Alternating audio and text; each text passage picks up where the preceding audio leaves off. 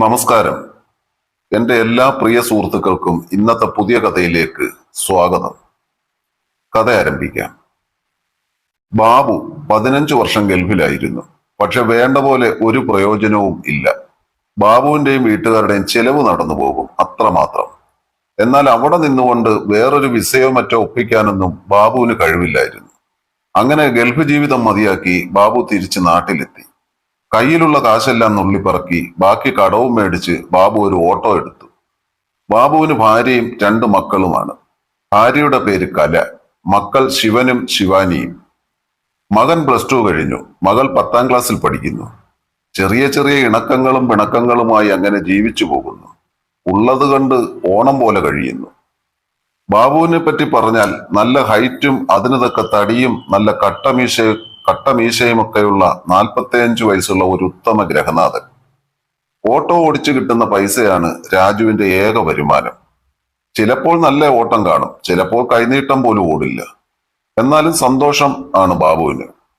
ബാബു വല്ലപ്പോഴുമൊക്കെ സ്വല്പം കഴിക്കുന്ന ആളാണ്. ഓട്ടമൊക്കെ കഴിഞ്ഞ് ചെറുതായിട്ടൊന്ന് മിനുങ്ങും. അതിനൊപ്പം ഭാര്യയ്ക്കും മക്കൾക്കും കഴിക്കാൻ ബാബു എന്തെങ്കിലും കയ്യിൽ കരുതിയിരിക്കും. എന്നിരുന്നാലും തന്റെ കുടുംബം ബാബുവിന് ജീവനായിരുന്നു. ഇനി ഭാര്യ കലയെക്കുറിച്ച് പറഞ്ഞാൽ നല്ല ഗോതമ്പ് മണിയുടെ നിറവും അതിനൊത്ത കൊഴുത്ത ശരീരപ്രകൃതവും തുടുത്ത കവിളുകളും ചോര പൊടിയുന്ന കണക്ക് പൊങ്ങി നിൽക്കുന്ന മുഖക്കുരുവും സീമന്തരേഖയിലെ സിന്ദൂര തിലകവും ആയ ആ 38കാരി അതീവ സുന്ദരിയാണ്. വീട്ടിൽ നൈറ്റിയാണ് വേഷം. നൈറ്റി അണിഞ്ഞ ആ കലയെ ഒന്ന് കാണേണ്ടത് തന്നെയാണ്. ആ കൊഴുത്തുരുണ്ട കൈത്തണ്ടകളും തുള്ളിക്കളിക്കുന്ന ആ മുന്നഴകും പിന്നഴകും അതൊരു കാഴ്ച തന്നെയാണ്. ചുരുക്കി പറഞ്ഞാൽ ഒരു മാദകത്തിടമ്പാണെന്ന് തന്നെ പറയാം ബാബുവിന്റെ ഭാര്യ. ആ നാട്ടിലെ പലരും കലയെ കൊതിച്ചിരുന്നു. ആ കൂട്ടത്തിൽ കലയുടെ ഭർത്താവിന്റെ കൂട്ടുകാർ മുതൽ മക്കളുടെ കൂട്ടുകാർ വരെ ഉണ്ടായിരുന്നു എന്നതാണ്. അവർ കലയെ സ്വപ്നം കണ്ടു നടന്നു. എങ്കിലും ആരും തങ്ങളുടെ സ്വപ്ന സാക്ഷാത്കാരത്തിനായി മുതിർന്നില്ല. അതിനുള്ള കാരണം ബാബുവിനോടുള്ള ഭയം തന്നെയാണ്. മിക്ക ഞായറാഴ്ചകളിലും ബാബുവിന്റെ കൂട്ടുകാർ ബാബുവിന്റെ വീട്ടിൽ ഒത്തുകൂടുമായിരുന്നു. അവരുടെ ലക്ഷ്യം കലയെ ഒന്ന് അടുത്ത് കാണുക എന്നതായിരുന്നു. എന്നാൽ ബാബുവിന് കൂട്ടുകാരിൽ ഒരു തരി പോലും സംശയമില്ലായിരുന്നു. അവൻ അവരെ അത്രമേൽ വിശ്വസിച്ചിരുന്നു. അവർ അവിടെ ഒരുമിച്ചിരുന്ന് സ്വല്പം കഴിക്കും. ബാബുവിന്റെ നിർദ്ദേശമനുസരിച്ച് കലയുടെ വക ബീഫ് കറിയും കാണും. ഈ സമയം പിള്ളാര് ഗ്രൗണ്ടിൽ ക്രിക്കറ്റ് കളിയിലായിരിക്കും. നേരെ ഇരുട്ട് കഴിഞ്ഞാലേ ഇരുവരും വീട്ടിലെത്തുകയുള്ളൂ. ബാബുവിന്റെ കൂട്ടുകാർ കലയുടെ സൗന്ദര്യവും ആസ്വദിച്ച് മദ്യലഹരിയിൽ ലയിച്ചങ്ങനെ ഇരിക്കും. അങ്ങനെ കഥയൊക്കെ പറഞ്ഞ് കുറച്ച് കഴിഞ്ഞായിരിക്കും ഓരോരുത്തരായി പിരിഞ്ഞു പോവുക. ഓരോരുത്തരായി പറഞ്ഞു വിട്ടതിന് ശേഷം അവസാനം പോകുന്നത് ബാബുവിന്റെ ഉറ്റ സുഹൃത്തായ രമേശാണ്. രമേശും ബാബുവും ചെറുപ്പം മുതൽക്കേ ഒന്നിച്ച് കളിച്ചു വളർന്നവരാണ്. രമേശ് വിവാഹമൊന്നും കഴിച്ചിട്ടില്ല. പ്രേമിച്ച പെണ്ണിനെ കിട്ടാത്തത് കൊണ്ട് വിവാഹം കഴിക്കില്ല എന്ന തീരുമാനത്തിലെത്തുകയായിരുന്നു. എന്നാൽ രമേശ് ഒരു വീരൻ തന്നെയായിരുന്നു.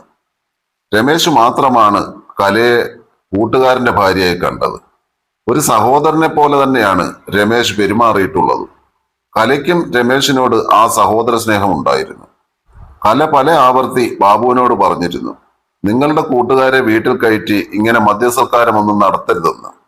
അവർ തന്നെ മറ്റൊരു കണ്ണിലൂടെയാണ് നോക്കുന്നതെന്നും. എന്നാൽ ബാബു അതൊന്നും ചെവിക്കൊണ്ടില്ല. എന്റെ കൂട്ടുകാരെ എനിക്ക് വിശ്വാസമുണ്ട്, അവർ അങ്ങനൊന്നും ചെയ്യില്ല. നിനക്ക് വെറുതെ തോന്നുന്നതാ അങ്ങനെയൊക്കെ. അവർക്ക് നിന്നെ എന്ത് കാര്യമാണെന്നറിയാമോ എന്നൊക്കെ പറഞ്ഞ് ഒഴിവാക്കും. കാര്യം തന്റെ ഭാര്യ നല്ലൊരു സുന്ദരി തന്നെയാണ് എന്ന ബോധം ബാബുവിനുണ്ടെങ്കിലും തന്റെ ഭാര്യയും കൂട്ടുകാരെയും ബാബു ഒരുപോലെ വിശ്വസിച്ചിരുന്നു, ഒരുപോലെ സ്നേഹിച്ചിരുന്നു. എന്നിരുന്നാലും അവരുടെ ജീവിതം നല്ല രീതിയിൽ തന്നെയാണ് മുന്നോട്ട് പോയിക്കൊണ്ടിരുന്നത്.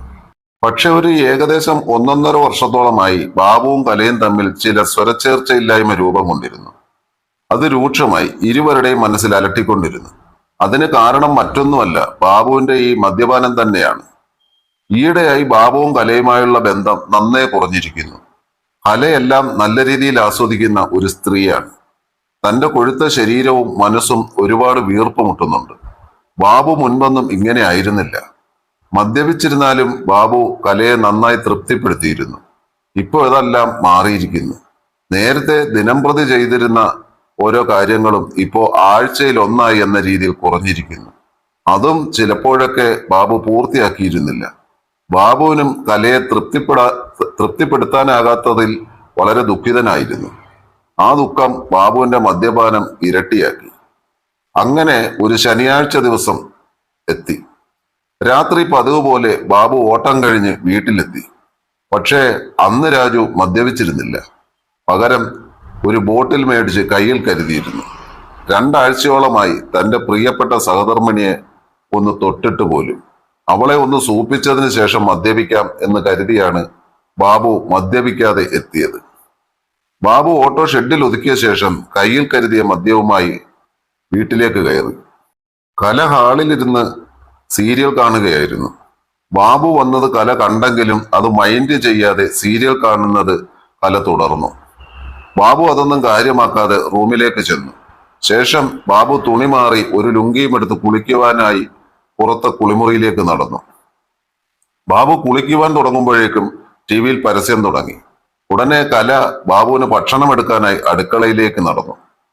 ബാബു കുളി കഴിഞ്ഞ് വരുമ്പോഴേക്കും കല ഭക്ഷണമെടുത്ത് മേശപ്പുറത്ത് വെച്ച ശേഷം സീരിയൽ കാണുന്നത് തുടർന്നു.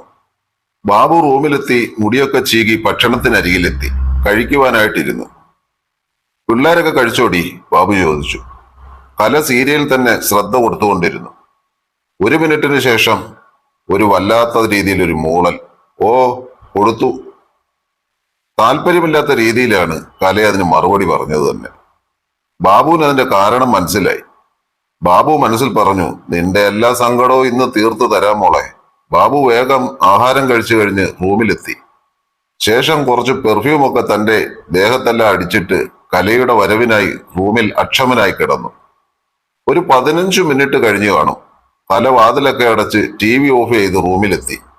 റൂമിലെ വാതിലടച്ച ശേഷം കല കിടക്കയിലെത്തി ബാബുവിനരികിലായി എതിർദിശയിലേക്ക് ചരിഞ്ഞു കിടന്നു.